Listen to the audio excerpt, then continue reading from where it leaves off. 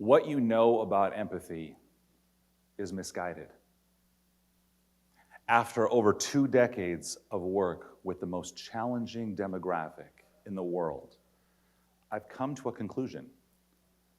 The conclusion is that empathy is a skill that we need more than ever in a disconnected society. I remember in 2017. In 2017, I had just coming off winning the Teacher of the Year award. And in October of that year, a knock at my door led TJ to my room. TJ was brand new in my classroom. He was the kind of kid who had bright eyes and was ready to take on the world until he needed to do something. You know the person in your life? They have all of the energy in the interview. They have all the energy when they first meet you, but when it comes down to actually getting things done, it's hard. I remember one particular day, TJ had something that he had to do in front of me. I think it was a test. And I handed the test out, and he put his head down. And I walked over to him and I said, TJ, I know that the results of this test may not be in going on your greatest hits list, but I'm looking for a little bit of perseverance. If you can't give 100% perseverance, can you lock in with 20 just so we can get started? Because perseverance isn't about finishing, it's about starting. TJ looked up at me and goes, I got you, Mr. Cope. And what do you know? He finished. Put your right hand over your heart if you feel like the world needs more empathy. Now raise your left hand if sometimes it feels like empathy is heavy. To implement empathy without heaviness comes from the source of the definition of empathy, which is how it's described in the dictionary. Dictionary definition of empathy is this: empathy is the action of understanding, being aware of, being sensitive to, and vicariously experiencing the feelings, thoughts, and experiences of another. That's heavy. Vicariously experiencing. The most common understanding of empathy is just take someone else's perspective.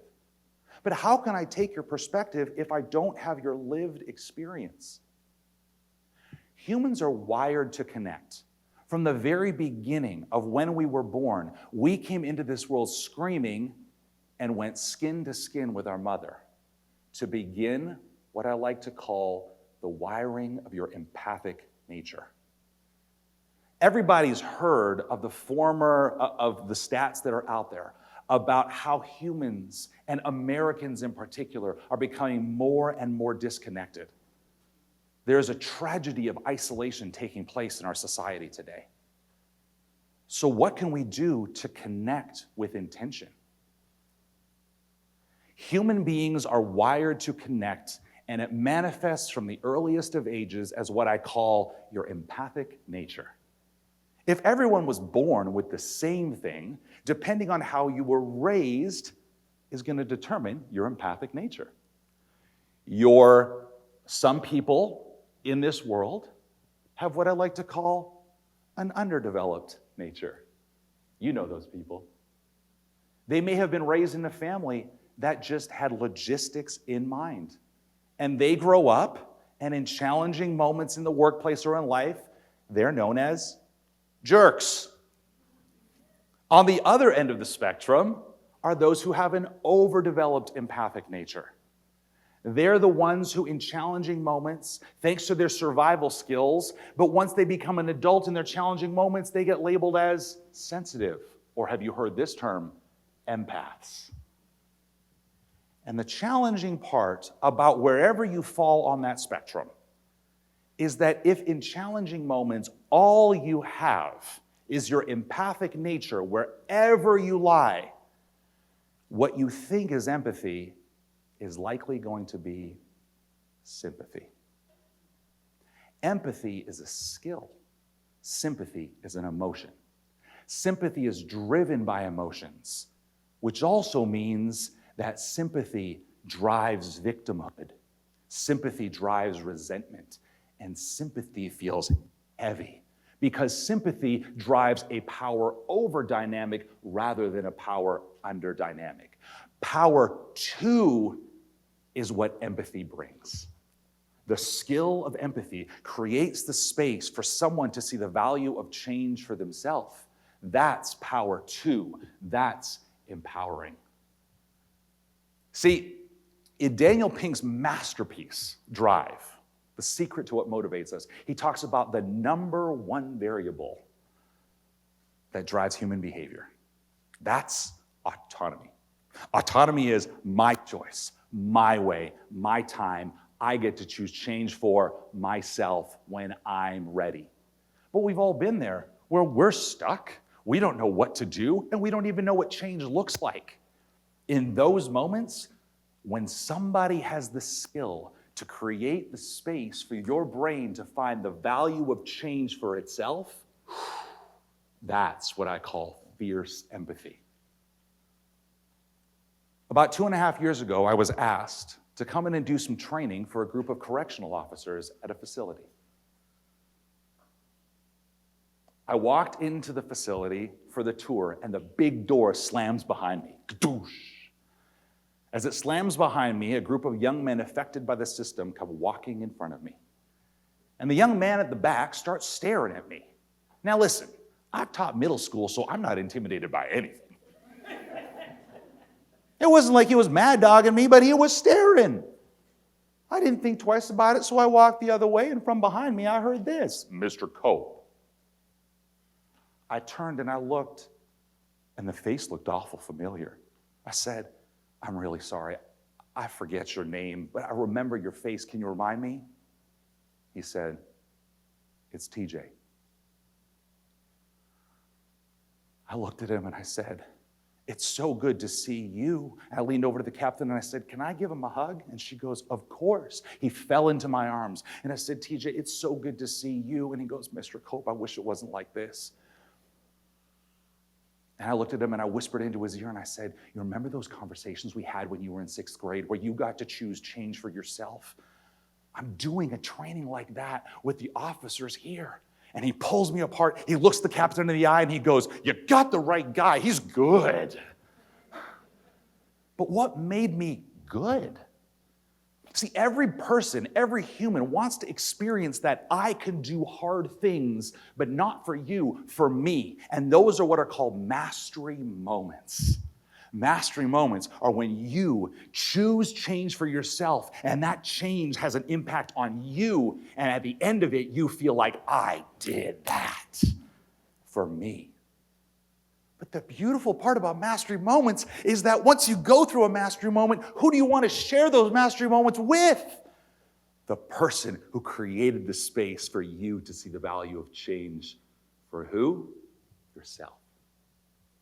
And when mastery moments accumulate, something incredible emerges. It's called purpose. Purpose is a really misoverused word these days.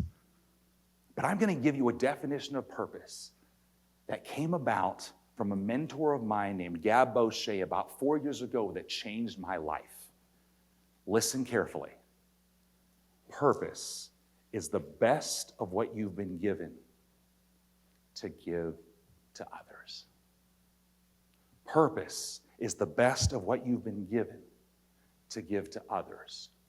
And purpose doesn't emerge from nowhere. Purpose comes from somewhere deep within. And sometimes it just takes one person to create the space for you to see the value of change for yourself, thus letting purpose emerge. Let's redefine empathy. Empathy, fierce empathy, is the skill a leader possesses to create space for another human so that individual can see the value of change for themselves. Empathy is not about feeling someone else's feelings. Empathy is about creating space. So how do we practice? How do we grow the skill of fierce empathy? Now let's make something clear. Empathy in itself is not fierce.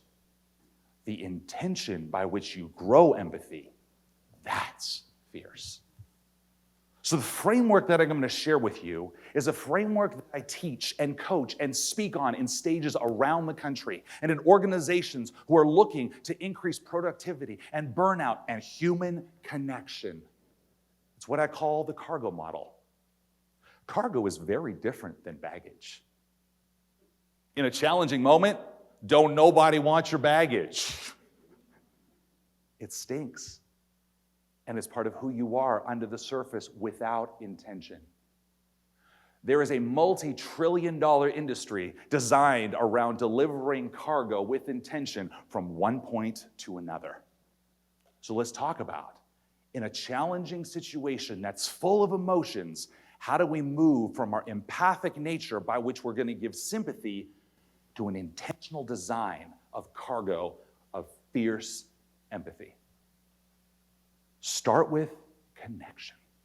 The first question we ask ourselves is, how do I connect with this human? Mama was right. It's not what you say, it's how you say it.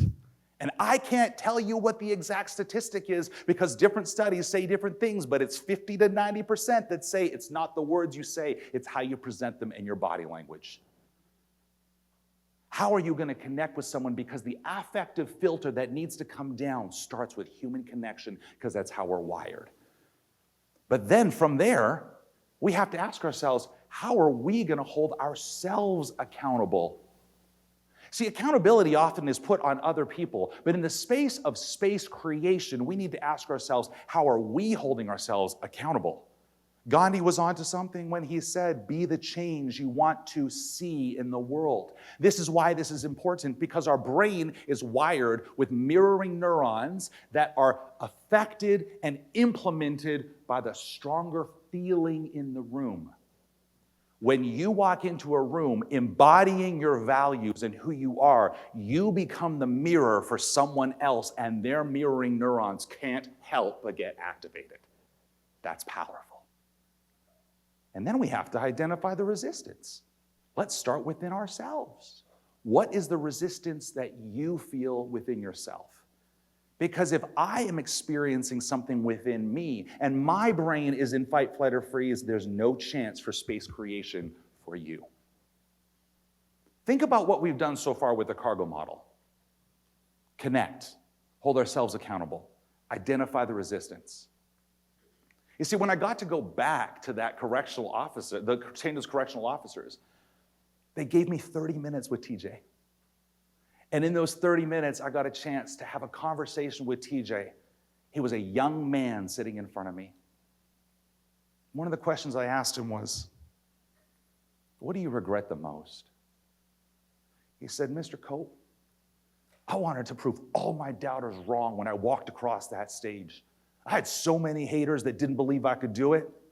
All I wanted to do was walk across that stage, put my diploma in the air, and give them the business. And I said, did it happen? He goes, no, I got arrested 3 months before graduation. And I said, well, have you got it in here yet? He goes, nah, nobody likes me in here.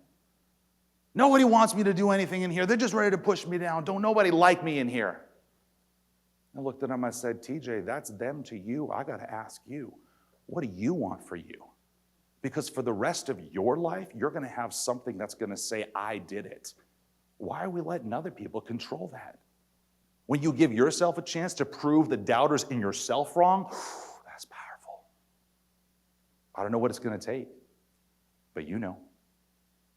You see, once you can connect, hold yourself accountable, identify the resistance within yourself, now you can speak with a gain to them. You see, I like to think about it like this. You have to spend in a currency that has value to the recipient.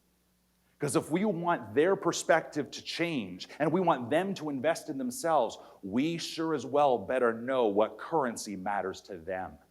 And here's a hard truth. If you get to a challenging conversation and you don't have collection of currency, it's too late.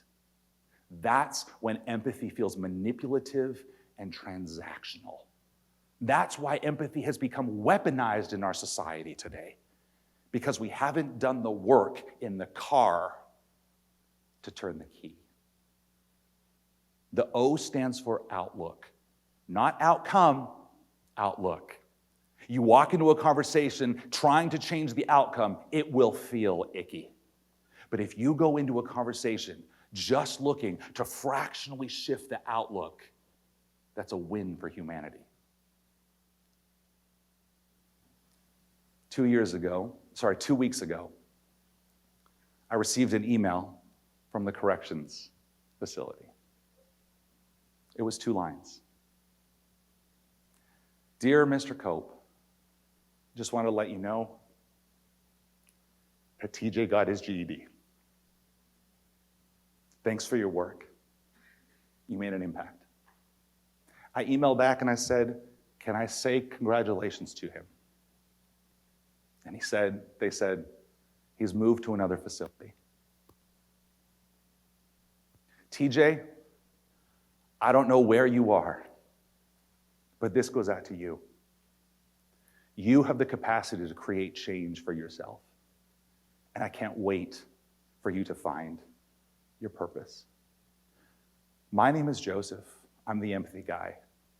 My purpose is to change how we implement empathy as a skill, a fierce skill, into the world we are living in today.